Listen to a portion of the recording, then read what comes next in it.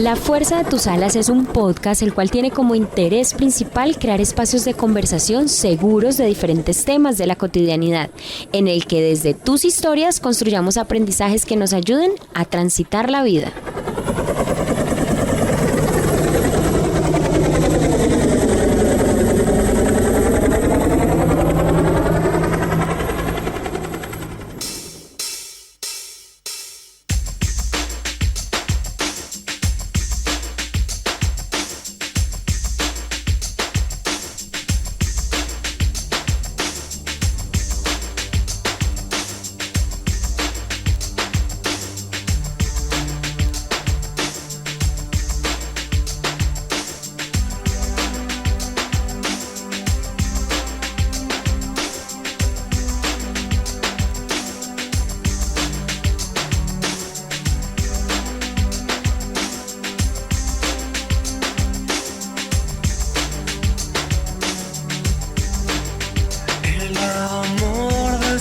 Cordialísimo saludo, amigos oyentes que se unen a este podcast de La Fuerza de tus Alas, podcast producido, realizado y pensado desde los estudios de la emisora al aire de su Fuerza Aeroespacial Colombiana.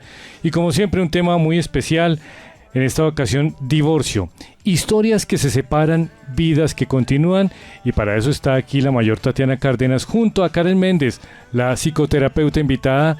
Y por supuesto no puede faltar una invitada también de primer nivel. Mi mayor bienvenida a su podcast. Gracias, Mauricio, y gracias por siempre el entusiasmo y el cariño con el que nos das la bienvenida y la apertura a este espacio en la emisora al aire, que agradecemos enormemente, de verdad, La Fuerza de tus Alas, todo lo que ha caminado.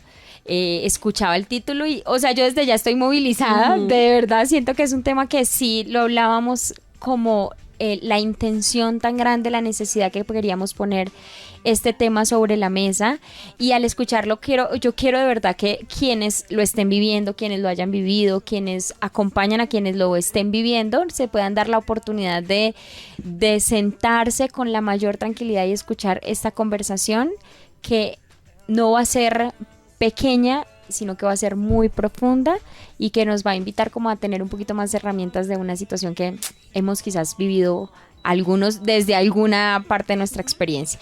Pero desde ya, entonces les damos la bienvenida, los invitamos a que se sienten o a que le suban el volumen y que nos acompañen en este episodio. Karen, bienvenida nuevamente a La Fuerza de tus Alas. Muchas gracias, Tatiana, un saludo muy especial para quienes nos escuchan y ahora nos ven. Hoy, como tú decías, un episodio muy sentido que abordaremos con mucha amabilidad, con mucho amor y con mucho profesionalismo, porque tenemos una invitada maravillosa. Todavía no la vamos a presentar, vamos a dejarlos en expectativa, pero les tengo por ahí algunos daticos. Coach en logoterapia, especialista en neuroeducación y neurodiversidad, estudió Derecho y aunque no ejerció, es muy pila. Vamos a conocerla en un momentico. Qué emocionen. Pero antes, para adentrarnos, queremos compartirles una vez más una historia de alguien que desde su experiencia nos habló cómo atravesó este proceso, y para ponerlo sobre la mesa para dar la introducción a este tema el día de hoy. La historia dice: nunca imaginé que llegaría el día que tendría que decir ya no más. 12 años de matrimonio no se borran así como así. 12 años de rutinas, de risas, de peleas pequeñas y también de silencios que con el tiempo se hicieron más grandes que cualquier palabra. No fue una decisión impulsiva, lo intenté todo. Conversamos, fuimos a terapia, traté de entender, de adaptarme, de rescatar lo que alguna vez fuimos, pero un día me di cuenta de que ya no estaba peleando por el amor, sino por la costumbre y por los niños. Tengo 2 hijos maravillosos, son sin duda lo mejor que me dejó este matrimonio, y fueron ellos precisamente los que me hicieron dudar más, porque una madre siempre piensa que separarse es fallarles, que mantener la familia unida, aunque duela, es lo correcto, pero llegó un punto en el que entendí que quedarme también era una forma de lastimarlos. Los niños no solo aprenden lo que decimos, aprenden lo que ven, y mis hijos estaban viendo una mamá cansada, triste, callada. Veían a 2 adultos que compartían techo, pero no vida. Esa fue la señal más clara. No quería que crecieran creyendo que el amor se aguanta, que la paz es resignación o que la felicidad se negocia por miedo a estar solos. La noche que tomé la decisión, lloré como nunca. no de rabia, sino de duelo. Lloré por todo lo que fuimos, por los planes que no se cumplieron, por los abrazos que se enfriaron sin darnos cuenta. Él no entendió al principio, dijo que exageraba, que podíamos intentarlo una vez más, pero esta vez yo sabía que una vez más ya no iba a cambiar nada. Me fui sin gritar, sin reproches, empaqué mis cosas mientras los niños dormían, con ese silencio que duele pero también libera, y cuando cerré la puerta sentí miedo, pero también una paz que no sentía hace años. No fue fácil empezar de nuevo. A veces todavía me cuesta, pero ahora mis hijos me ven sonreír de verdad, me ven tranquila, y eso me confirma que aunque fue una decisión difícil, fue la correcta, porque quedarse por miedo no es amor, y separarse cuando ya no hay nada que salvar también es una forma de cuidarse y de enseñar que el amor propio también cuenta. ¿Quién es Juanita Boada? ¿Cuáles son los escenarios más comunes en el proceso de separación? ¿Cuáles son los retos más comunes en el divorcio? ¿Cómo ser padres después de la separación? Y finalmente algunas herramientas. Juanita, bienvenida. ¡Bravo! Gracias, muchas gracias. Bueno, cuéntales por favor a nuestra audiencia quién eres. Me quedé pensando con esa pregunta porque si uno tiende a pensar en el hacer, ¿no? Y cuando uno piensa en el ser, es otra cosa. Lo primero es que yo diría que soy una persona extremadamente sensible y quizás por eso me dedico a lo que me dedico. Y es acompañar personas en procesos. Pero bueno, básicamente soy una mujer que tiene una vida tranquila, tiene 2 hijos que son mis principales regalos y mis maestros y entrenadores. Estoy casada en un matrimonio muy bonito que diría yo en línea con lo que vamos a hablar, y es un matrimonio que ha pasado como por 2 divorcios dentro del mismo matrimonio. Tengo una familia ampliada también muy bonita, tranquila, y creo que tengo las dificultades que puede tener cualquiera de los oyentes en este momento. Es decir, también soy una persona que llora, una persona que se confronta, una persona que se cansa, y que sobre todo este tema que estamos hablando me ha puesto en un lugar a veces complejo, porque he oído personas que me dicen, esa, la señora, la del divorcio, como si yo fuera a favor del divorcio o algo por el estilo. Y todo lo contrario, yo creo que por situaciones personales, de vida, de familia, he querido centrar mi vida en acompañar desde el sufrimiento, en temas que no se hablan. Entonces, pues, sí estudié Derecho, pero digo yo siempre en chiste y con respeto a los abogados, me rehabilité apenas me gradué para dedicarme a la educación y a una educación distinta, como una educación que acompaña, que siembra más que cualquier otra cosa. Entonces yo diría que soy una persona del común, que le pasa lo que le pasa a la gente del común, que tiene problemas, situaciones, pero que nos toca levantarnos al otro día porque sale el sol. De acuerdo, y gracias por esa dosis de realidad. Empezamos este podcast como es. Y quiero unirme a lo que estabas diciendo, y es justamente este episodio lo que busca no es ser unos promotores del divorcio y la separación e invitar a todo el mundo a que se divorcie y se separe, no, para nada, no lo somos. De hecho, creo que cada familia o cada persona tomará la decisión conforme a su caso. No sabremos en qué momento es correcto, que no, bueno o no, cada persona hará lo que considere, pero sí creo que es un tema que o a alguno le ha pasado, o conoce a alguien que le ha pasado, o no es un tema que nos queda para nada distantes. Entonces, para poder tener las herramientas de causar el menos dolor posible, porque creo que ya per se una separación en divorcio lo tiene, de causar el menos dolor posible, vamos a intentar acá desglosar y traducir cómo poder hacer un poquito más sano, más amable un proceso de separación. Entonces, empecemos por esa primera pregunta, y es, ¿cuáles son los escenarios más comunes en el proceso de separación? Hay separaciones más fáciles, otras más difíciles, todas tienen que ser complicadas, difíciles. Qué bonita pregunta, y en línea con lo que tú, Tatiana, estabas diciendo, yo creo que hay 3 tipos de separación. Hay una primera separación, la novela mexicana, en la que hay un dramononón detrás, muchísimo dolor, donde hay señalamientos y culpables, y generalmente hay otra persona por medio. Las rancheras nos funcionan perfecto, las novelas dicen eso. La música está hecha para eso. Está hecha para eso, ¿cierto? Hay otro tipo de separación, que es en la que yo me quedo casado hasta que la muerte nos separe. Es decir, hay divorcios en los que sigo con la misma persona en la misma casa y estamos divorciados de corazón, pero de eso no se habla. Y yo creo que por eso un poco la intención de hablar del tema, y es muchas veces cuando somos conscientes de la finitud, de que el amor puede terminar, de que la otra persona puede no querer estar, de pronto esa conciencia de la finitud me lleva a trabajar por esa relación de pareja. Entonces a esa también hay como una doble intención. Y otro tipo de separación, que es la separación consciente, aquella en la cual yo he logrado comprender que estoy parado en una cantidad de creencias socioculturales que no están ni mal ni bien, pero son creencias que me llevan a pensar que si yo no estoy siendo feliz en mi matrimonio, no está funcionando, o desde la personalidad de mi pareja o de la mía, esto ya no está siendo sano para nadie, hay un camino que me puede cuidar más que estar juntos, que separarnos.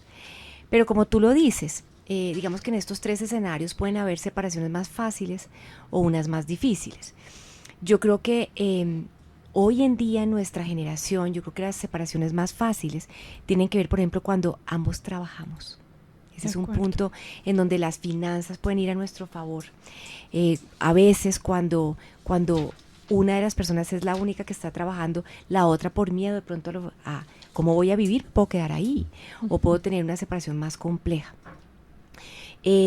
Más fácil cuando estamos de común acuerdo. Es decir, hoy justamente estaba trabajando con una mamá antes de venir para acá que lleva 1 año de separada y me decía, es que yo no entiendo esta injusticia de que este hombre abandonó nuestro proyecto. Entonces, mientras esté agarrada a esa idea de él abandonó el proyecto, pues el duelo va a durar más, ¿cierto? Y yo le decía, ¿y qué pasa con el pensamiento de esta relación de pareja?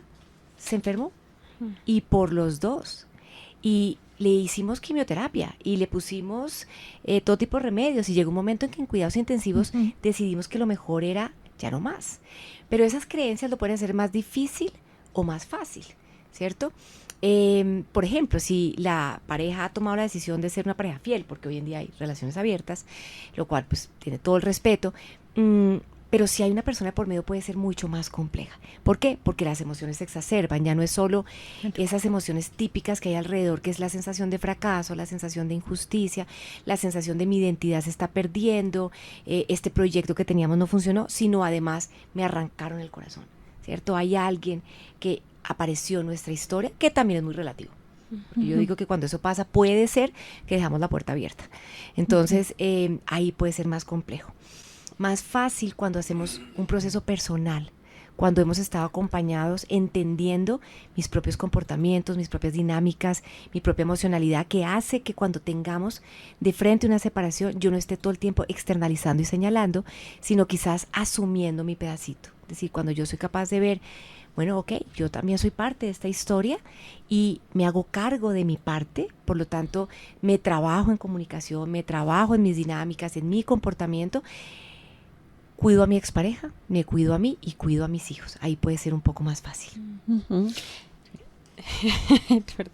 Es que ahora que hablabas de las creencias y de los tipos de divorcio o de separación, la verdad, esa primera me aterrizó un montón, porque yo creo que nosotros hoy todavía socialmente existe una carga muy grande social frente al tomar la decisión de divorcio o de separación, en el tipo de decir, hasta aquí fue, firmamos papeles, tú te vas para allá y yo me voy para acá. Porque cuando tú me hablas de esa separación de antes, de ese tipo de separaciones de vivimos en la misma casa, acá estamos desconectados, pero seguimos siendo una familia para el resto del mundo, probablemente así crecimos muchos, y entonces decíamos, no, es que ahorita las separaciones se han aumentado. Probablemente han existido desde antes y lo vemos desde esa perspectiva.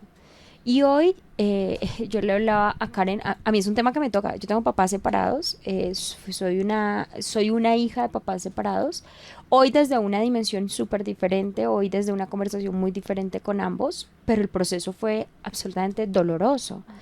Y entonces cuando yo pienso toda esa carga social que hay, de si se separaban o no, de cuánto había que aguantar porque los hijos tenían que crecer en la casa, también hoy creo, sin aplaudirlo, insisto, pero digo, son unos valientes quienes eligen tomar la decisión de cuando de verdad hemos hecho por lo que sea necesario porque esto funciona, pero ya no.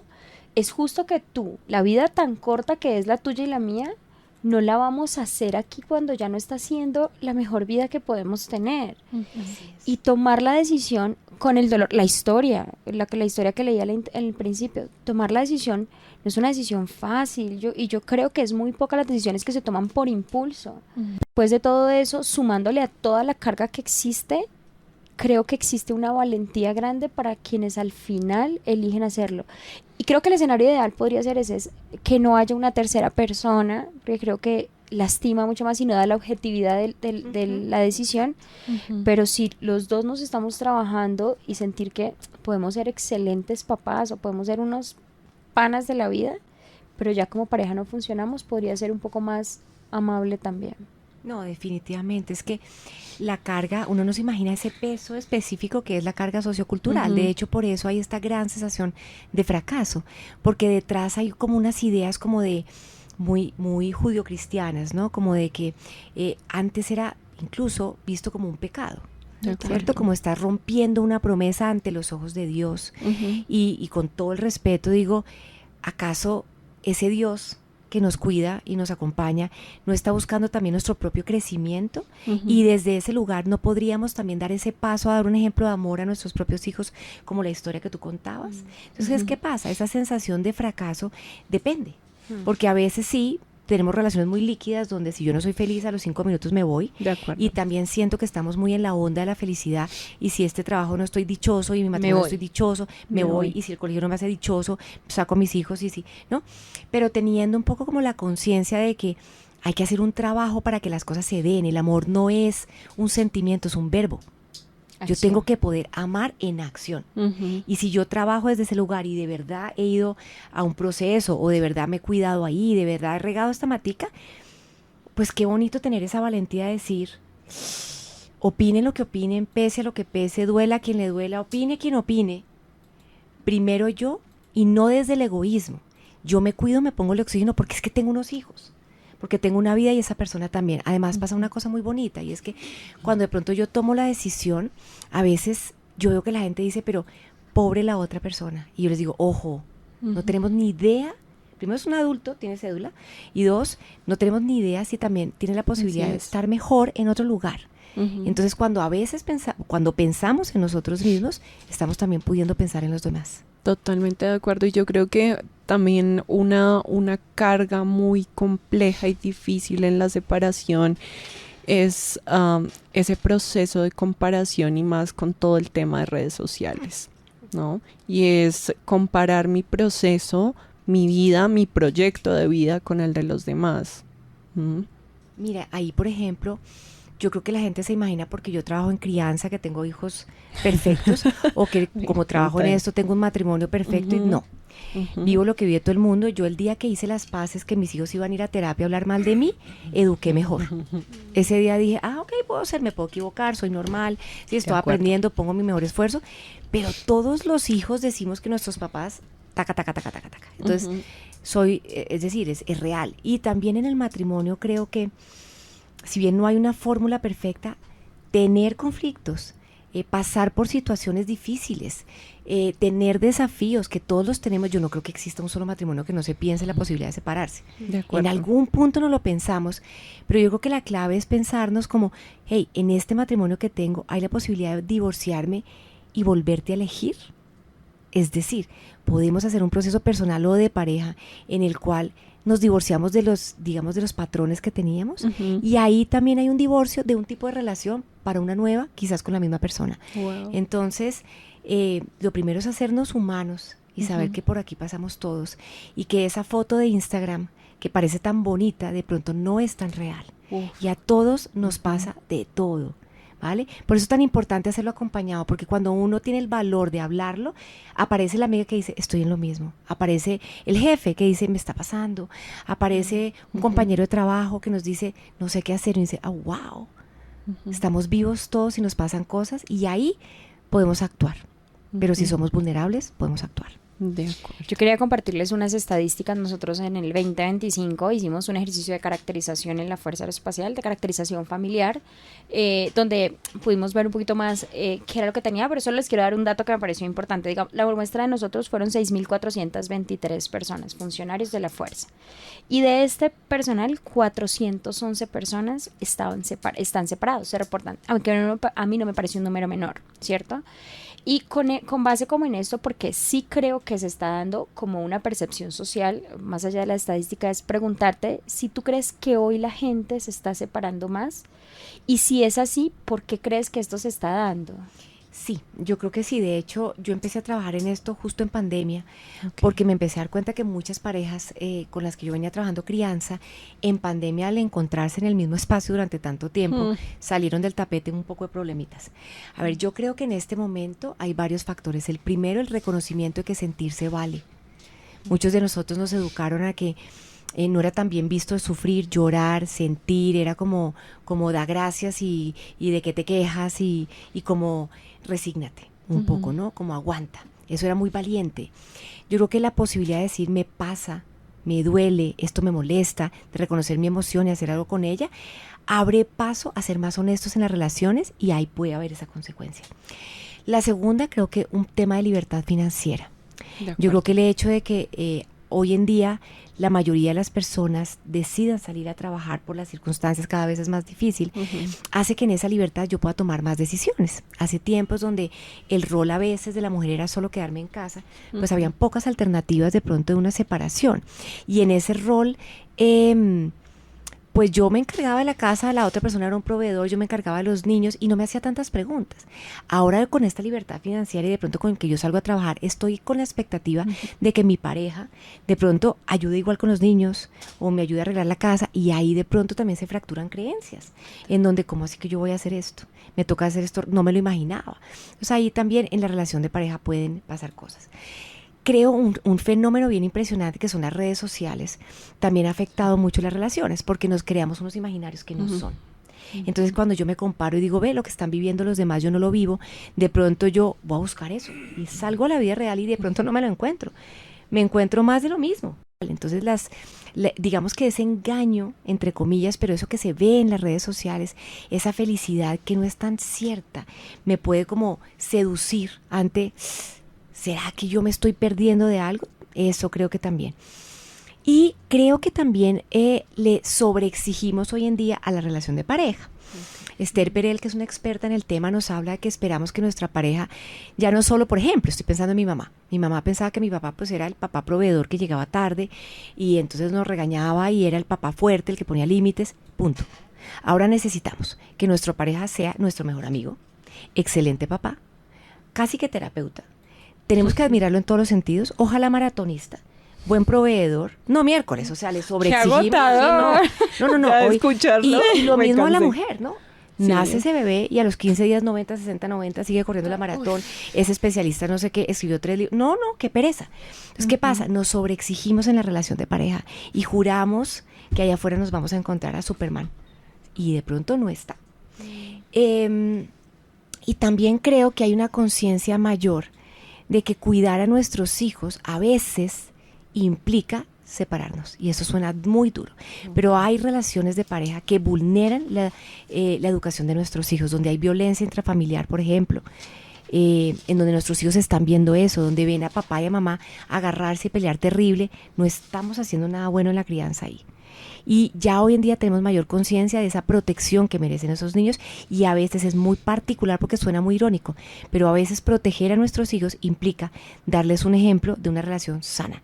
Y si no la tenemos, vale la pena pensar en una separación. Entonces sí, las estadísticas tienden a aumentar. Y quería hacerte otra pregunta frente a los tipos de separación.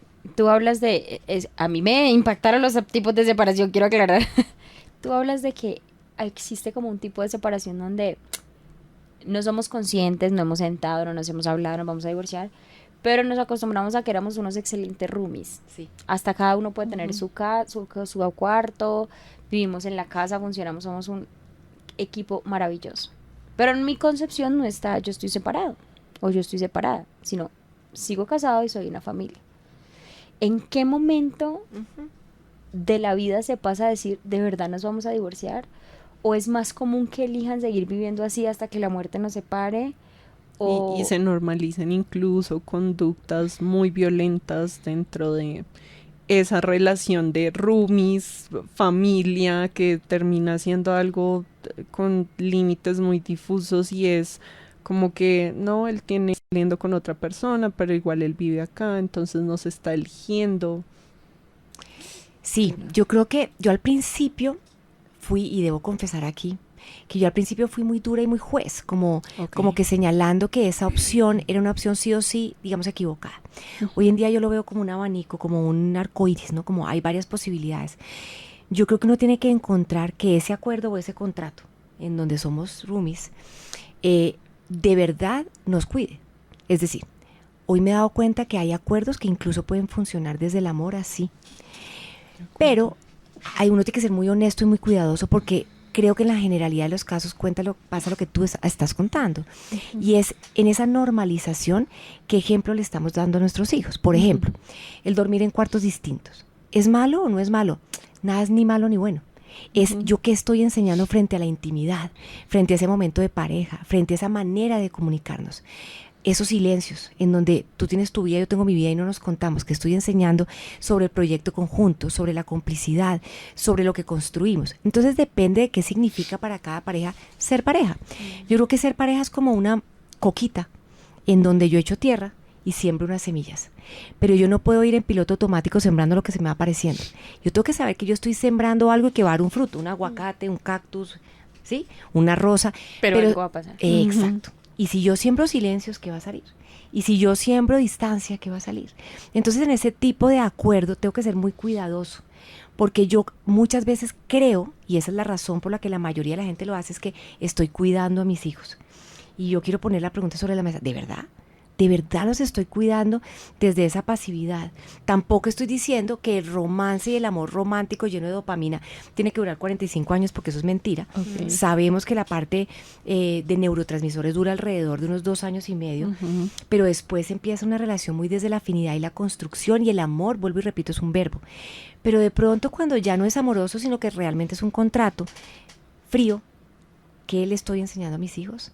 ¿Qué me estoy dando a mí también? Entonces ahí tenemos que hacernos unas preguntas muy existenciales de ¿qué es para mí ser pareja? ¿Qué es el compromiso?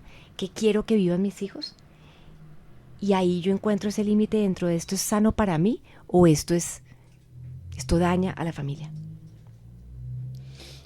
No, es que no, que yo hago sino escuchar, quiero aclarar, y toda mi historia, no porque yo sé separada, sino lo que te decía, vengo de padres separados donde de verdad venimos y qué duro. Y entonces yo aquí quiero pasarte la pregunta a otro lado. Primero agradecerte porque eso que dices es muy cierto, de aquí no vamos a decir qué es lo que sea tan bueno, ni lo que nos parece, ni la línea como es lo que consideramos, e insisto, cada persona podrá hacer como su conversación propia, pero no estamos diciendo cuál sea ni el escenario ideal ni el mejor, ni por qué se tendría que hacer así. No, lo estamos llevando a la realidad, porque ocurre, cuando ocurre, cómo se ve. Esa dosis de realidad necesitamos hablar. Exacto, entonces, pero estamos hablando aquí muy rápidamente como de una separación que fuese en los mejores términos. O sea, yo creo que ese es el escenario ideal donde los conozco, pueden llegar a decir de verdad, o sea, lo intentamos pero no lo es. Pero también hay un escenario muy común, es donde se vuelve la separación una guerra absoluta, con hijos o sin hijos. Entonces primero me quiero separar de ti, luego ya no quiero que te vayas, entonces no te voy a firmar el divorcio, entonces hay que pagar abogado hasta que no, te voy a hacer lo más traumático que sea este proceso para que te arrepientas de tomar la decisión. O casos que tenemos también súper dolorosos donde nos separamos, hay hijos, y entonces mi mejor forma de castigarte es una lectura un poco etiquetadora, pero es no te voy a dejar ver a mis hijos, y el acuerdo va a quedar, o me das la cuota de tanto para tú poder ver a mis hijos. Es decir, hay separaciones que se vuelven supremamente dolorosas. ¿Cómo nosotros como poder manejarla, y cuándo es inevitable que una separación sea como en esos términos como tan agresivos, o si puede siempre darse en buenos términos? No, y es muy importante hablarlo así como tú lo planteas desde la realidad, porque nunca se trata de romantizar un divorcio. Un divorcio es un duelo y yo podría asegurar que yo creo que el duelo más duro de la vida sería la muerte de un hijo, pero creo que este sería el segundo más duro. ¿Por qué?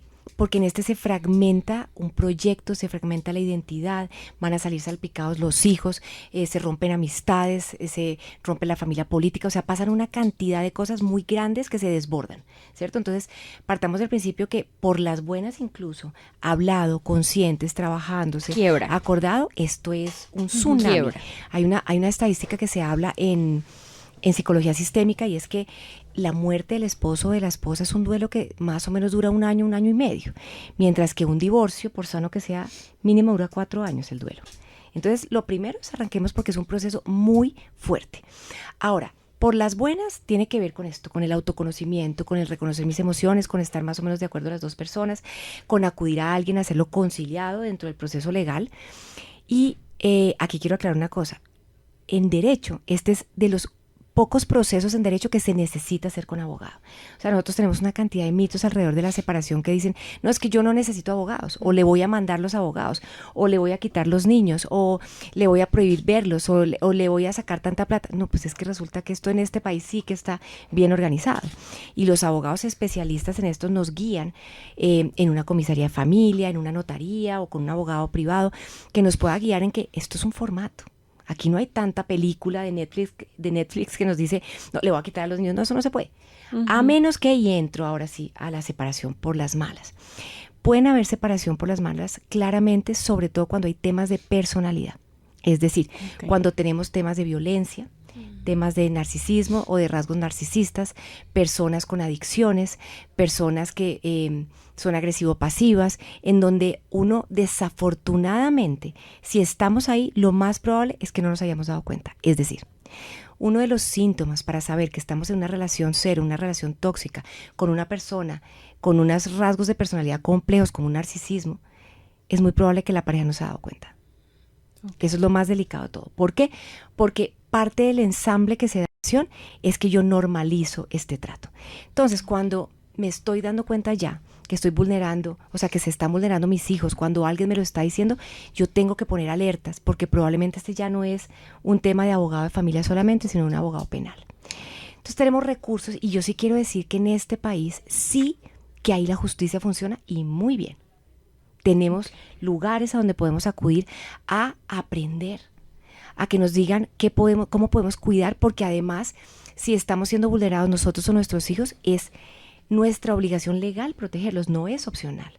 Y de pronto si nos toca salir a una comisaría y decir, estoy viviendo esto y necesito una medida de protección.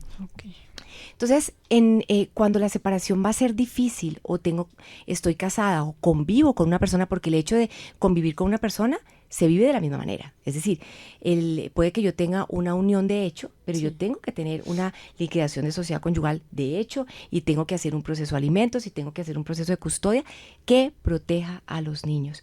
Por eso es tan importante no hacer este proceso solos. Buscar un acompañamiento, ya sea de alguien de la iglesia a la que pertenezco, de un terapeuta, de un abogado, de una persona que sepa esta información, investigar, leer, porque puedo no darme cuenta que me estoy metiendo en una separación por las malas y salir muy lastimado. Entonces, esto no son rosas.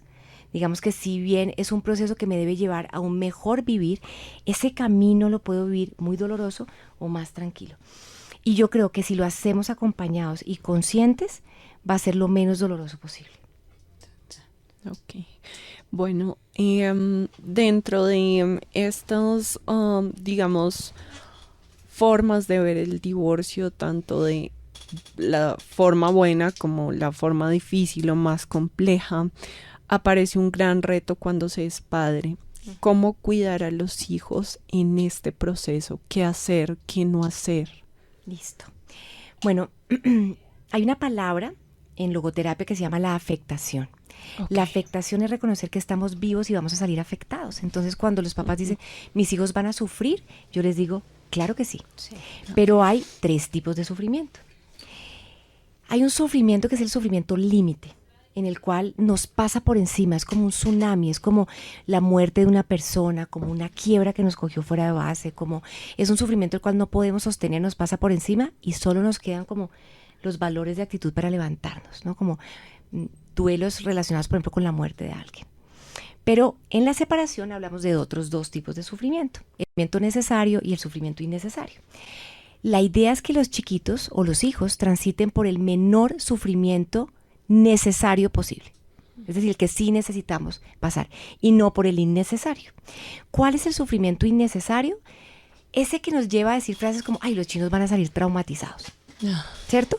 Entonces, ¿un niño va a salir traumatizado a que sus papás se separen? No necesariamente. De hecho, pueden salir mejor si sus papás se separan. Pueden salir más protegidos. ¿De qué o cómo se traumatiza un niño? Cuando la relación de sus padres es agresiva, tóxica, violenta, se maltratan enfrente de ellos, maltratan a los hijos por culpa de esta situación, en donde ven el desamor, en donde ven el desconsuelo, en donde ven a un padre o una madre violentados o deprimidos. Ahí es el sufrimiento innecesario. Entonces, si nosotros reconocemos que nuestros hijos van a salir afectados, pero tomamos unas decisiones como, enfrente de los niños no discutimos. Lo discutimos por fuera. Sí, pero es que sí, pues buscamos ayuda del vecino, pero hablamos de esto fuera de casa. Segundo, nunca, bajo ninguna circunstancia, le hablamos a nuestros hijos mal de nuestro ex. Nunca. Por favor. Y así sea la circunstancia que sea, si se habrá de enterar porque terminó, perdón, Dios mío, en la cárcel, pues se va a enterar. Pero yo no tengo por qué contarle a mi hijo que es que mi esposo o mi esposa me fue infiel. Eso no construye absolutamente nada. No, es que él tiene que saber para que no le pase, perdón. Eso tiene que saber quién es su papá o tiene que saber quién es su mamá y bajo cómo esas me hizo premisas. sufrir. Y quiero que se imaginen como que los papás son los pilotes de una construcción, de una casa. Entonces, si yo fracturo uno de esos pilotes diciendo es que su papá hizo taca, taca, taca, o su mamá hizo taca, taca, taca, ese chino no va a decir, hola, gracias, a partir de esto me va a, no sé, ser mejor persona. No, es que uno de esos pilotes se fracturó. Yo no estoy diciendo que tapemos el sol con las manos. Yo me acuerdo de un caso que he acompañado muchos años de un papá que nunca apareció. Y la figura paterna fue el abuelo. Y un día la mamá me preguntó, bueno, ¿qué va a pasar cuando Valentina me pregunte si mi papá me ama? A quien nunca he conocido. Entonces yo le digo, no podemos tapar el sol con las manos. No le podemos decir, sí te ama, porque va a aprender que el amor es eso, abandono. Ausencia. No. Pero sí le podemos decir, no sé. Esa no es la manera como yo te amo, ni como te he enseñado a amar. Pareciera dentro de nuestro lenguaje del amor que no. Y te acompaño en tu duelo y en tu dolor. ¿Vale? Y desde ahí sé que va a tener un pilote fracturado, pero yo la voy a acompañar. Pero yo no estoy hablando mal. Una cosa es la realidad. Tan sanador. Sí. Una cosa es la realidad que yo tengo que mostrar y otra cosa es empujar para que se rompa ese pilote, ¿cierto? Entonces, como los hijos sí van a vivir situaciones difíciles, de pronto van a vivir unos gritos, de pronto van a vivir que cuentan antes de haberlo conversado, que ya vamos a mirar esa parte, cómo decirle a los chinos, y dicen así espontáneamente en un momento que no era y dicen cosas que no eran. Hay una cosa muy bonita. Para eso estamos papá y mamá. Para eso estamos, para resignificar experiencias fuertes. Entonces, los niños sí van a salir afectados, pero si yo les permito sentir, si yo les valido las emociones, si yo les digo, se vale tener rabia en este momento, se vale tener mucha rabia conmigo, hijo, porque no era el plan. Si yo les permito expresar, pero además si yo cumplo las promesas, ¿cierto? El acuerdo dice que va a funcionar así, el régimen de visitas va a ser así y yo cumplo, mi estabilidad va a estar bien.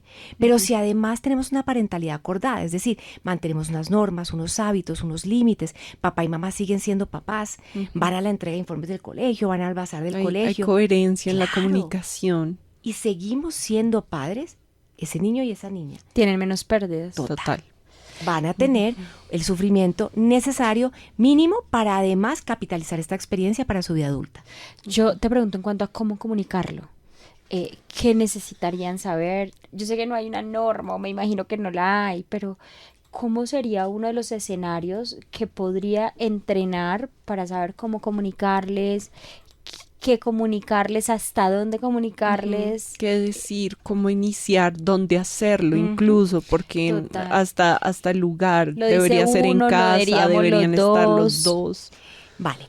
En un escenario en el que no tengo que salir corriendo, y lo quiero aclarar porque a veces vuelvo y digo, no quiero sonar muy romántica, hay casos en que yo tengo que coger mis muchachitos y salir corriendo. De acuerdo. Cuando hay violencia intrafamiliar. Si no es así y aguanta planear, tenemos que prepararnos y hacer una pre-separación antes de hablar con los niños. Es decir, hay un capítulo anterior en el cual yo hago unos preacuerdos. Es decir, ya sabemos que nos vamos a separar. Ahora miremos cómo vamos a organizar la parte financiera, quién va a pagar qué, vamos a organizar dónde vamos a vivir. Alguien se va, alguien se queda, ambos se van. Mientras tanto voy a ir a la casa de mis papás, vamos a hacer casa nido, es decir, los niños se quedan en la casa y 8 días vengo yo y 8 días vienes tú y mientras tanto nos quedamos con familiares o amigos. Organizamos el cómo. Solo hablamos con los niños, en el mejor de los escenarios, cuando tengamos absolutamente todo planeado. ¿Por qué? Porque ya les vamos a entregar una noticia muy fuerte que les va a desestabilizar. Les tenemos que entregar estabilidad. Es decir, tranquilos, la foto se va a ver así. Papá y mamá lo van a hacer así.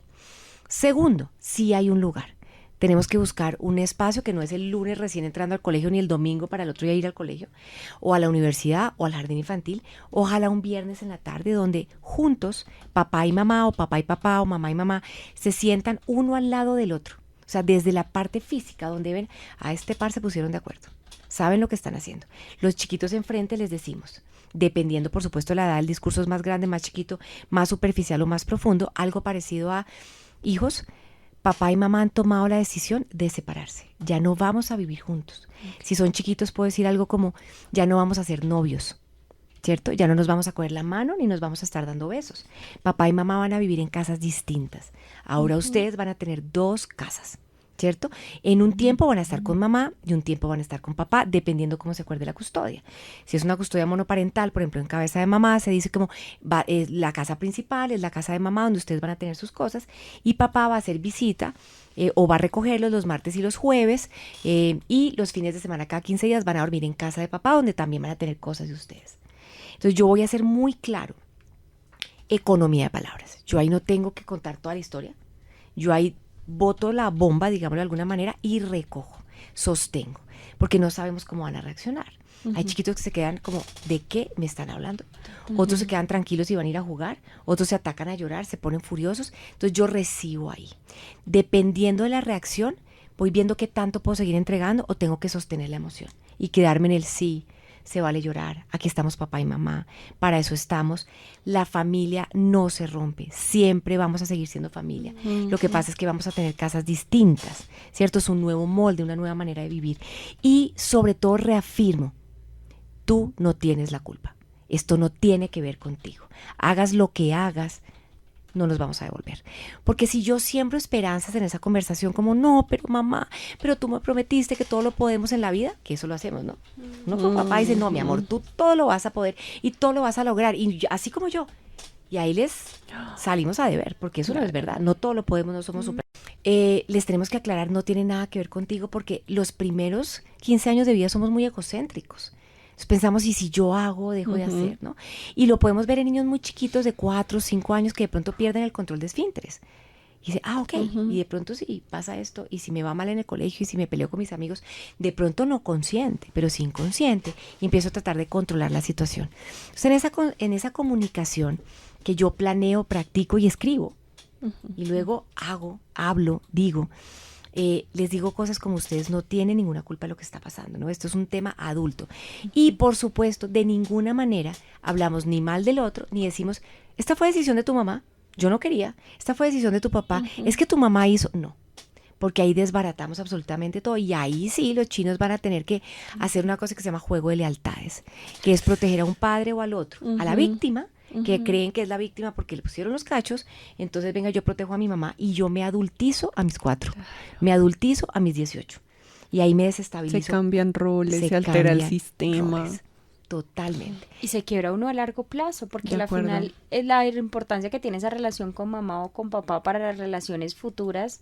Y si yo desde ya me adultizo triangulando con mi mamá y haciendo a mi papá el monstruo, de aquí en adelante relacionarme con los hombres me va a costar un poco, bastante. Quería preguntarte frente al dolor. Lo dijimos, una separación trae dolor. Necesario e innecesario.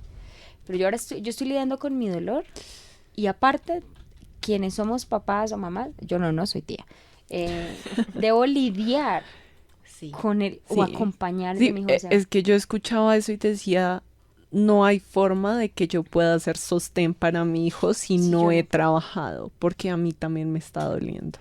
Total, total. Bueno, el dolor es importantísimo, no le tengamos miedo.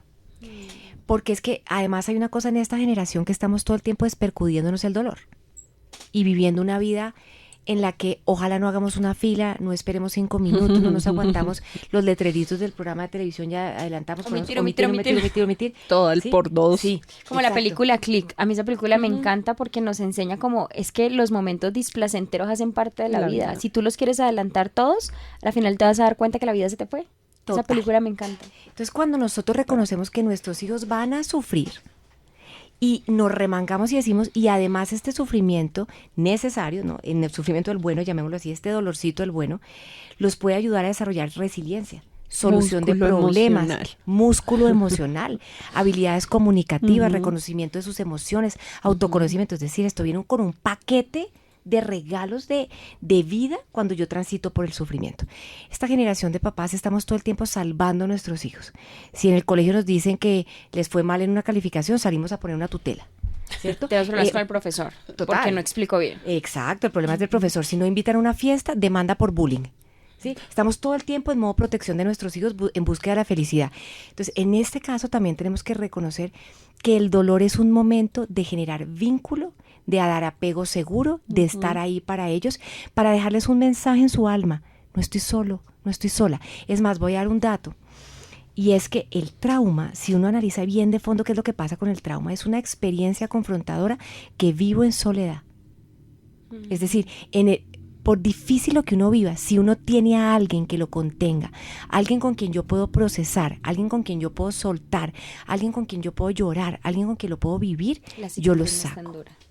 Yo lo saco. No queda a nivel celular, ¿cierto? Eso es lo terapéutico, por eso uno trabaja trauma en terapia. Entonces, si yo paso por el sufrimiento y por el dolor y en ese momento yo acompaño, ayudo a mis hijos. Ahora, la pregunta del millón, si yo estoy transitando el dolor, si yo estoy vuelto nada, perdí el amor de mi vida, pero además en unas circunstancias quedo económicamente pésimo, por poner un ejemplo, y mi cuñada, quien era mi amiga, ya no lo es, etcétera, y todas las arandelas que le salen a los divorcios, es muy bonito porque nos vamos a sorprender. A veces somos la mejor versión de nosotros mismos en el momento más difícil.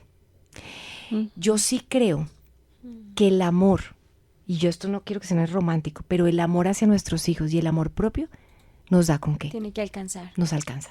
Sí, nos alcanza. Yo lo veo todos los días de mi vida en el consultorio, en divorcios sanos, en divorcios espantosos, donde uno dice, Dios mío, el poder del amor es una cosa muy salvaje. Es verdad. A mí el amor me ha salvado muchas veces. Así es. Entonces sí hay con qué. Eso es ilimitado. Ahora, un ejercicio que uno puede hacer es una palabra que está en inglés que traducida es rara, pero es surrendered, es rendirse. Es en el momento en que yo digo, ayúdame en lo que yo crea. En donde yo puedo decir, necesito un abrazo. En donde mi vulnerabilidad es mi mayor fortaleza. ¿Por qué? Porque si yo me siento súper fuerte y súper valiente, es como una saltina fuerte que se tira al piso y se rompe. Pero si yo soy como una galletica húmeda, ¿sí? Si yo soy como un donut, que es más húmedo, se cae al piso y no se rompe. Eso es humildad, vulnerabilidad. Entonces, si yo necesito pedir ayuda, es el acto de grandeza más, y el acto de amor más grande. Por eso digo que el amor aguanta. El amor propio y el amor a nuestros hijos. Así que si en algún momento sentimos que ya no podemos, porque puede pasar y es muy delicado, muy peligroso, tenemos que levantar la mano. Y ahí hay gente amorosa que nos puede acompañar. Y ahí como resalto lo que decías hace un rato y es, al final una separación es un proceso de duelo. Y el proceso de duelo, desde mi posición, es aceptar o de alguna forma es transitar ese camino del cambio de la forma de vida que tú conocías, y esto implica que hay pérdidas, esto implica que hay transformaciones y que es un camino, o sea, no va a ser magia. Entonces, todo ese proceso de duelo que uno vive y que uno transita, acompañado siempre va a ser mejor. El amor sana, definitivamente, el amor salva. Yo te voy a preguntar, apelando a tu experiencia personal que nos has compartido, cuando hablas de que en tu relación has tenido 3 divorcios y has vuelto, ¿cierto? Sí. Como método de prevención o como un previo a tomar esa decisión más allá es cómo, si estamos separados o divorciados en este matrimonio, logramos que o podemos ayudarnos para que no demos pasos más allá. que quizás sea un dolor innecesario probablemente. Yo creo que una de las ayuditas que yo tuve en el matrimonio que tengo es que vengo de un divorcio. Es decir, que yo me di cuenta que las cosas sí pueden terminar y que estuve en ese sufrimiento, no tenía hijos, pero en esa ruptura muy joven de decir a qué horas pasó todo lo que pasó. Y eso hizo que entrara un matrimonio con los ojos, digamos, abiertos a esta posibilidad. Y desde ese lugar estuve muy atenta del cuidado terapéutico de los dos, como de acompañarnos de verdad. Y a eso quiero llegar con una cosa. Muchas veces en las parejas no es que nosotros fuimos a terapia pareja y por eso estamos acá. ¿Cómo así? Bueno, pues porque a veces la terapia pareja, lo grave es que si vamos a una o dos sesiones, abrimos una caja de Pandora, no solucionamos nada y se empeoró todo. Entonces, el día que tomemos la decisión de hacer un proceso terapéutico, comprometámonos de manera seria, porque es que a veces a mí me llegan desbaratados después del proceso de terapia pareja. Entonces, yo creo que en esas parejas que están transitando ese roomie, ese silencio, ese vacío, ¿cómo darnos cuenta? Creo que ahí hay un proceso de introspección y autoconocimiento muy grande que uno no se equivoca. En neurociencia le llamamos la interocepción, que es un sentido que es el mismo que me dice que tengo ganas de ir al baño y que tengo hambre, el mismo que me dice por este callejón no te metas. Uno sabe. Lo que pasa es que uno lo calla. Y uno lo calla por creencias. ¿Sí? Voy a traumatizar a los hijos, el amor es para toda la vida, a este no me lo van a robar, si no es conmigo no es con nadie, somos, ¿cómo? O malo conocido es mejor malo conocido que bueno por conocer. Es mi media naranja, es mi vida, no es mi vida, no es mi vida. Y todas esas creencias son pegamentos delicadísimos. Pero en el momento en que yo me doy cuenta que yo puedo vivir sin ti y que yo puedo hacer un trabajo serio de pareja, ahí puedo trabajar por eso, ¿no? Entonces, creamos en las alertas, creamos en lo que estamos viviendo, hablemos, no le tengamos miedo a pelear, esa es otra cosa, ¿no? Si peleamos mucho nos tenemos que separar, no, es que yo no me imagino un matrimonio sin peleas. Lo que pasa es que la pelea no significa gritos, humillaciones y agresividad. Creo que uno tiene que aprender a pelear, a discutir, se vale que votemos por personas diferentes, se vale que tengamos creencias distintas, se vale que tengamos ideas diferentes en la crianza. Pero hagamos acuerdos, hagamos innegociables, hagamos una junta directiva, ¿cierto? Creamos una asamblea, una misión, una visión y unos protocolos. Y ese es un proceso que nosotros hicimos en casa. ¿Cuál es nuestra misión y nuestra visión? ¿Cómo nos vemos en 5, 10 o 15 años? Porque es que uno a los 65, 85 de pronto no es tan sexy, ¿cierto? Pero entonces, ¿cómo nos vamos a amar desde ese lugar? ¿Cómo nos vamos a ver hermosos en ese momento? ¿Qué va a pasar con la sexualidad? ¿Qué va a pasar con los acuerdos financieros si nos pasa algo? Yo tengo un hijo que tiene autismo y uno piensa, hasta que no le pasa, no sabe, no hemos pensado en qué pasaría si tenemos un hijo con dificultades. Y generalmente los padres que tienen hijos con dificultades o con condiciones del neurodesarrollo terminan en divorcio, porque es difícil el duelo, es difícil. Yo pensé que era eso. el contrario, que eso los unía más. Ojalá, pero lo que pasa es que ahí el dolor muchas veces nos separa. Porque nos echamos culpas, porque nos distanciamos, porque no lo hacemos de la misma manera, porque si criar en las condiciones, llamémoslo, típicas o naturales, es difícil, imagínate cuando esto ya es con una neurodiversidad por medio. Entonces, si nosotros empezamos a ver ese matrimonio como una empresa que necesita una junta directiva, un reencauche, ¿sí? En donde yo le digo a mi marido que nosotros tenemos un Google Calendar, de verdad, poco romántico, pero bien romántico. ¿Por qué? Porque nos agendamos. Eso dice Manuela Escobar. Sí. En el noviazgo uno tiene el sexo súper agendado, pero se casa y cree que eso es natural. No, a veces hay que agendarlo. Hay que agendar todo. Hay que ver cuántas veces a la semana vamos a almorzar o a comer o a conversar. Hay que anotar. Nosotros con Alejandro tenemos un tema que nos enseñó una terapeuta que hay un tema pan de yuca. Se llama así porque significa que si tenemos un tema que hablar, que nos da pereza, pero que tenemos un guardado y que incómoda. Esa conversación incómoda, tenemos un salto y seña que es, tengo un pan de yuca pendiente.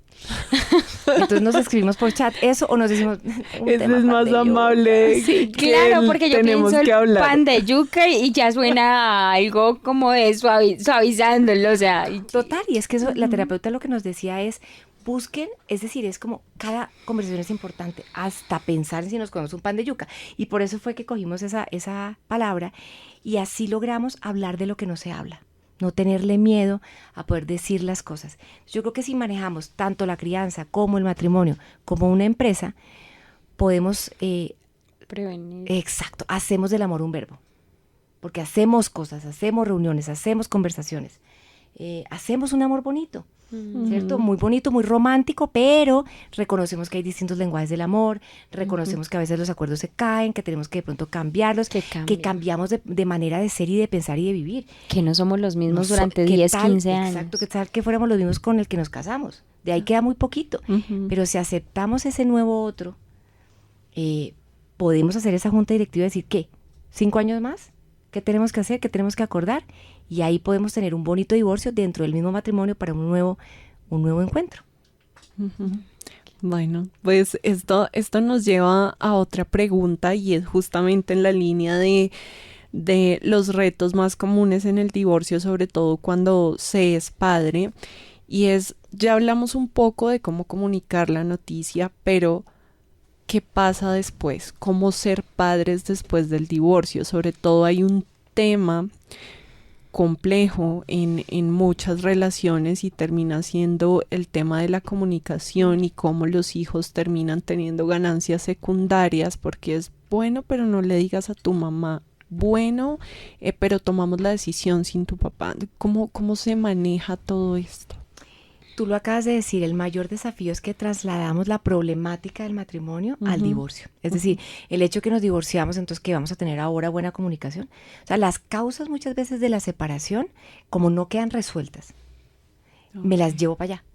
Entonces, lo primero es reconocer que hay cosas que yo tengo que trabajar. Es decir, por ejemplo, la comunicación, ¿no?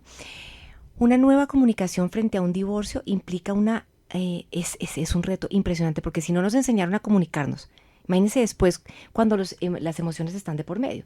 Yo puedo tener rabia, yo puedo tener impotencia, yo puedo tener un montón de frustración, yo puedo tener resentimiento, pero me toca.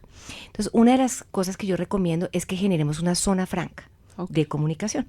La zona franca es reconocer que por lo menos una vez al mes al principio, o una vez cada 2 meses, después una vez cada 6 meses y una vez al año, hacemos junta directiva de ex esposos para hablar de la crianza de nuestros hijos, por ejemplo. Puede ser después de una entrega de informes, puede ser de un momento después del grado, puede ser momentos donde sean como medio ritualísticos para conversar de cosas. Segundo, ya que existe el chat y ya que existe esta comunicación, hagamos un chat relacionado con nuestros hijos, por ejemplo. Maravilloso. Para que nosotros no sea en el chat personal donde además de que decimos feliz cumpleaños o no me vuelvas a nombrar a tu mamá, ¿cierto? Ahí no pongamos, óyeme, nos falta hacer esta vacuna para nuestro hijo o tenemos la entrega de los trabajos este día. No, es lo que tiene que ver con los hijos, hagamos una zona franca y un chat distinto en donde cuando nos comprometemos a lo que va a salir en ese chat es coherente, consistente, tranquilo y respetuoso. Y tiene relación con nuestros hijos. Otra cosa importante en la comunicación es saber que el otro tiene una emocionalidad. Reconozco que el otro está cargado y que yo estoy cargada. ¿Qué pasa si al principio no lo decimos? Ven. No estoy hoy para la conversación. Sí. De acuerdo. O no es una conversación de 2, es una conversación de 4. Pongámosle una silla a la rabia, pongámosle una silla a la impotencia o a la frustración, démosles un cafecito, porque no nos lo podemos despercudir, pero pues, aprendamos a regularlos. Es decir, que están en esa silla y no nos van a empujar a actuar, sino nos van a guiar, que es algo, es decir, nos están diciendo que hay algo importante que nos está pasando. Entonces, reconozcamos la emocionalidad del otro y la emocionalidad mía. Aprendemos a escuchar. Nosotros hablamos un montón y sobre todo las mujeres hablamos 4 veces más que los hombres. Pobrecitos. Pobrecitos. No, de verdad. Yo miro a Mauro, Damos Mauro se mucha ríe. lora. Tiene 3 aquí, tiene 3 aquí. Damos mucha lora. Entonces, aprendamos a hacer silencio, a de verdad ponernos en los zapatos del otro, a hacer un ejercicio empático. ¿Cómo está viviendo ese otro que supuestamente o que en realidad me hizo daño, pero cómo lo está viviendo? Ahí la comunicación cambia. Parafraseemos. Lo que tú me quieres decir es esto. Ok. No, eso no es lo que... ok. No supongamos. Nos armamos un montón de videos. Pregunten, no supongan. Exacto, pregunten, no supongan. Lleguemos a conclusiones y acuerdos. Entonces, lo primero es, nos va a tocar transitar una materia que no hicimos, que se llama la materia de la comunicación. Esa es una de las tareas que nos deja de regalo de Navidad los divorcios. Y es, aprendamos a comunicarnos, porque si antes era difícil, ahora va a ser más difícil, pues volvámonos expertos. Aprendemos a gestionar emociones. Es decir, una de las situaciones que pasan en esto es que estamos cargando esta maleta llena de emociones, tenemos que reconocerlas, darles un lugar para poder transitarlas sanamente. Entonces sí, la separación nos trae un montón de desafíos. Hay uno que yo quisiera nombrar y es los mitos relacionados con toda la parte legal. Hoy Sí, en día por tenemos favor. un montón de información, de verdad. O sea, si nos metemos en TikTok la tenemos. De pronto no toda es buena, pero de verdad que le podemos incluso preguntar a ChatGPT ciertas cosas porque tenemos unas ideas loquísimas como no vas a poder ver a los niños, perdón, eso no pasa. Claro que tienes que ver a los niños, además los niños, aquí no se tratan de tus derechos adultos, sino los derechos de los niños. Tú tienes, son obligaciones. Entonces, buscar ayuda legal es muy importante para que no caigamos en conversaciones vacías o conversaciones ignorantes, en donde nos amenazamos de un montón de cosas que realmente no van a pasar. A mí me encanta la fuerza de tus alas, pero también me da un dolor que siento que la hora se me pasa volando. O sea, yo digo, ¿en qué momento pasa tan rápido? Pero para ir cerrando, yo quería hacerte una pregunta que me surge. Y aquí voy a apelar a mi historia personal, pensando en mi mamá principalmente. Y es cuando se separan, yo recuerdo a una mamá que se dedicó a ser mamá. Es decir, trabajaba, hacía sus cosas, pero mi mami siempre tuvo en su cabeza que no, casi que no se podía dar la posibilidad de conseguirse otra persona y nunca estableció una nueva relación porque como a sus hijos, nunca fue una conversación expuesta, pero hoy la sé, como a sus hijos le va a poner un papá diferente, sus hijos cómo ¿Qué la van ejemplo a les va a ver, qué dar? ejemplo les va a dar. Y yo siento que antes, pero hoy inclusive compañeras, amigas o consultantes que tengo que se separan y es como ya me separé, o sea, ya soy divorciada, llevo la mancha encima mío, o sea, es como, ¿qué decirle a esas personas que se están separando frente a una nueva oportunidad o frente a una nueva posibilidad o que atravesaron un divorcio? Como- Y cómo manejarlo también en caso, ya sea que no tengan hijos, pero si tienen hijos, cómo vivirlo esa nueva etapa, porque también ver a mamá y a papá con una persona diferente, mi mamá me dedicó la canción de, y ahora es Miguel y Alberto Plaza, entenderán quién era yo, pobre madre, entenderá quién era yo, pero digo ay, me toca el corazoncito, es cómo ayudarlas a que puedan rehacer una vida sin sentir la culpa de que tienen una posibilidad y que los hijos también acompañarlos en ese Como proceso que la de identidad reiniciar. no se quede en pausa, como... Total, y que no están manchadas ni que son Ujú. o manchados, es decir, hablo desde las mujeres, pero también puede pasar con En los con hombres. los hombres. Ujú. Bueno, yo aquí los quiero invitar a que hagamos un nuevo podcast ¡Ay, me sobre la familia recompuesta, porque creo que la familia recompuesta es un temazo. Sí. Sí, los míos, los tuyos, los nuestros, cuáles son los niveles de autoridad de la persona que llega a la casa, el que no es papá o no es mamá, No, de verdad. cómo puedo Desde criar sus cuando... Podemos agendar de una vez, Claro, Juanita? o sea, es un tema enorme, pero sí quiero decir unas cositas.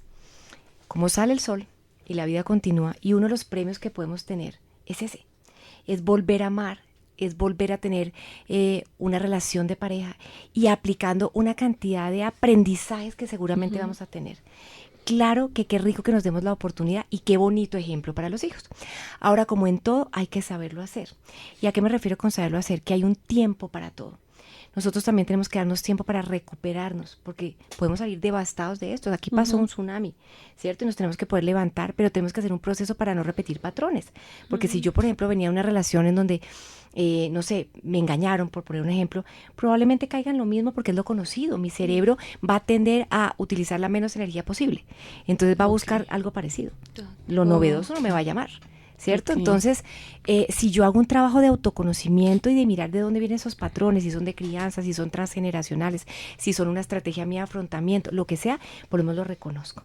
Entonces, un trabajo personal para mí y un tiempo para mí, para que no se me crucen los cables. Segundo, para que esa nueva pareja no sea la tabla de salvación, es decir, ahora sí voy a ser feliz, porque esa es la primera embarrada. Es decir, una nueva pareja tiene que ser desde un lugar donde yo ya le perdí miedo a la soledad, le perdí miedo a un montón de cosas y te elijo, no es me está salvando. Y los hijos, muy importante, para los hijos que están viviendo esto en otra dimensión, en otro tiempo, probablemente necesitan un tiempo para darse cuenta que la familia está cambiando, las rutinas están cambiando, pero además de todo, me demoro por unos 6 meses en hacerme esta idea. Y después entra una idea de cómo así mi mamá puede volverse a enamorar, cómo así mi papá tiene amigas, cómo así ellos tienen una vida después de mí y esa es otra etapa. Y después, oh por Dios, mi mamá se enamoró, mi papá se enamoró. Entonces todo esto también tiene que llevar un tiempo y un acompañamiento en donde nuestros hijos puedan después integrar a esta persona a nuestras vidas de una manera bonita. Porque dependiendo del lugar que lo hagamos, si es desde el miedo, ¿cierto? Si es desde la venganza, porque a veces es así, o si es apresurado, es una receta para el desastre. Claro. O puede ser una familia llena de nuevos amigos. Cuando un niño chiquito que tiene una familia recompuesta, le piden en el colegio, pinta tu familia. Es hermoso ver cómo pinta a su papá, a su mamá, a él, a su hermanito, al perro, al novio de mamá, al novio de papá, a los hijos, y tiene una familia enorme y habla de sus hermanos. Entonces, esto puede ser una historia muy bonita o puede ser una nueva tragedia que comienza. Así que es todo un temazo. Claro, porque eso también me lleva al escenario contrario del que tú comentabas y es cuándo presentar la nueva pareja a mis hijos o qué pasa cuando yo veo que mamá tiene muchas parejas o papá tiene muchas parejas después de ese divorcio, de esa ruptura. Yo creo que sí necesitamos otro episodio.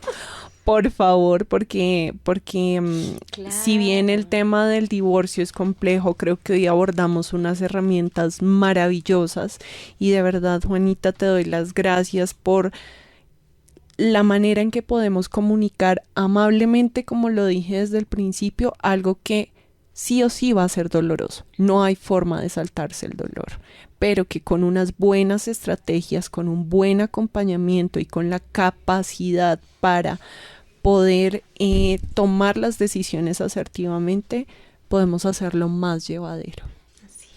Después de esta conversación quería preguntarte, o que si para ir cerrando este episodio, si hay algo que nos quieras para cerrar, para compartir, un mensaje que queramos dejarle a quienes nos escuchan y nos ven sobre este tema, como te decíamos al inicio, a quienes lo están atravesando, a quienes lo han atravesado, a quienes acompañan, a quienes lo atraviesan, a quienes lo están pensando, ¿qué mensaje le podríamos dejar en general de eso que hemos hablado hoy? Bueno, yo creo que los seres humanos en general, ante cualquier circunstancia, tenemos como dos carreteras, dos caminos para llegar al mismo punto, para movernos, y es el camino del miedo o el camino del amor. No quiero que suene muy esotérico, ni mucho menos. Quiero aterrizarlo a que cuando nosotros estamos conectados con que lo que vamos a hacer nos cuida y cuida a los demás, independientemente de lo que haga la otra persona, es el camino del amor. El camino del amor no está lleno de expectativas, es que tú deberías, es que él no me ayude, es que ahora no sé qué, sino en lo que yo sí puedo hacer. El camino del amor está lleno de aceptación. El camino del miedo es el que yo estoy a la defensiva, acusando, señalando todo lo que el otro o la otra hizo y no me veo. El camino del miedo es en el que yo creo que mis hijos sí o sí van a salir mal de todo esto y no los voy a poder acompañar del miedo que tengo yo. El camino del miedo es el del juicio, en el que yo creo que yo lo hago bien y el otro lo hace mal. Entonces yo creería que siempre que estemos transitando por un duelo, por el que sea, por una muerte, por un divorcio, por algo con un hijo, por algo con un amigo, sepamos que siempre tenemos la libertad de elegir quiénes vamos a ser en ese momento, desde qué lugar nos vamos a mover, desde el lugar generoso en el que yo tengo control, o desde el lugar del miedo en el que no tengo un control, esperando que todo lo demás se mueva y ahí va a llegar la felicidad. No, la felicidad no es una meta. La felicidad es un camino que yo construyo con las decisiones que yo tomo y que son un electrocardiograma. A veces estamos bien, a veces no tan bien, pero por lo menos tenemos la tranquilidad de que lo hacemos despiertos. Y también quería sumar que evidentemente, aunque el proceso sea doloroso, yo creo que también podría ayudar la gratitud de la historia, la gratitud del tiempo, la gratitud de que evidentemente, aunque hoy estamos tomando vidas distintas, nos compartimos de todos los recursos posibles y a la final como atravesar ese proceso y llegar a la gratitud creo que podría servirnos. Quería preguntarte para finalizar, yo estoy segura que hay mucha gente que va a querer acercarse mucho más a este tema, conocer más, contactarse contigo y todas las herramientas que puedas dar. Entonces quería que nos contaras cómo hacerlo, dónde nos podemos contactar contigo, redes, tu libro. Exacto. Claro que sí. Bueno, lo primero es el libro. Yo creo que el libro Miren, cuando yo escribí ese libro, lo escribí pensando en regalárselo a mi hija en su curso prematrimonial. Es decir, no es un libro que te va a invitar a divorciarte, es un libro que habla del existencialismo, del duelo, del sufrimiento, del amor, del hacer acuerdos, del neurodesarrollo y unos consejos de derecho. Entonces es un libro maravilloso. Les recordamos por favor el nombre del libro. El libro se llama Separación por las Buenas y lo que busca es ser una bonita compañía. Ahora, es raro ir a una librería y comprar un libro que se llama Separación por las Buenas, porque como lo llevo a la casa, mis hijos se van a dar cuenta, mi pareja... Van a pensar etcétera. que me estoy queriendo separar ya. Entonces, recomendación, lo compran un contact azul oscuro y lo forran, porque yo sé que ese es un limitante para conseguirlo. O la otra es que también está en ebook, por si lo quieren leer en el celular o en el iPad, y también está en audiobook. Si lo quieren, pues a través de Amazon lo encuentran, o a través de mis redes sociales yo se los hago llegar. El libro estuvo en librerías muchos años, en este momento quedan algunas en algunas librerías, pero si no, o por Buscalibro también, si no lo llegan a encontrar, me contactan por Instagram y yo se los hago llegar, en Colombia, por supuesto. ¿Cuál es tu cuenta de Instagram? @Juanita Boada. Perfecto, Juanita. No, pues ya algún taller en este momento o alguna información sobre capacitación. Sí, yo tengo un taller en redes, lo encuentran en Instagram, que se llama Educación con Propósito. Es un taller de 12 horas que es un viaje interior de autoconocimiento a través de la crianza. Entonces, toca temas de crianza, pero para conocerme. El último capítulo incluye una separación por las buenas. Entonces, este taller está en el aire, es muy, yo le digo que es como un amigo que me acompaña en el carro. Se vale oírlo mientras estoy paseando, se vale oírlo mientras estoy tomándome un cafecito, pero la idea es como hacernos preguntas importantes, no da tanta cátedra. Uh-huh. Es un taller lleno de preguntas existenciales. Maravilloso. Muchísimas gracias por la información que nos has brindado hoy, por ser puente para aquellas personas que nos escuchan. Como lo decimos en cada episodio, esto no reemplaza un proceso terapéutico ni la intervención de un profesional, pero puede despertar en ustedes las preguntas y la necesidad de buscar una orientación. Muchas gracias por acompañarnos hoy. A ustedes, qué delicia invitación y seguro nos vemos pronto. Queda abierto, por favor, que esto quede en la grabación. Gracias de verdad, gracias a quienes nos han escuchado, acompañado. Compartan este episodio, coméntenlo y denos la oportunidad de seguir generando entre todos una conversación que de verdad nos llegue a generar mejor bienestar. Gracias por estar aquí en La Fuerza de tus Alas y los esperamos en los siguientes episodios. Muy bien, te aprendí a querer el perfecto.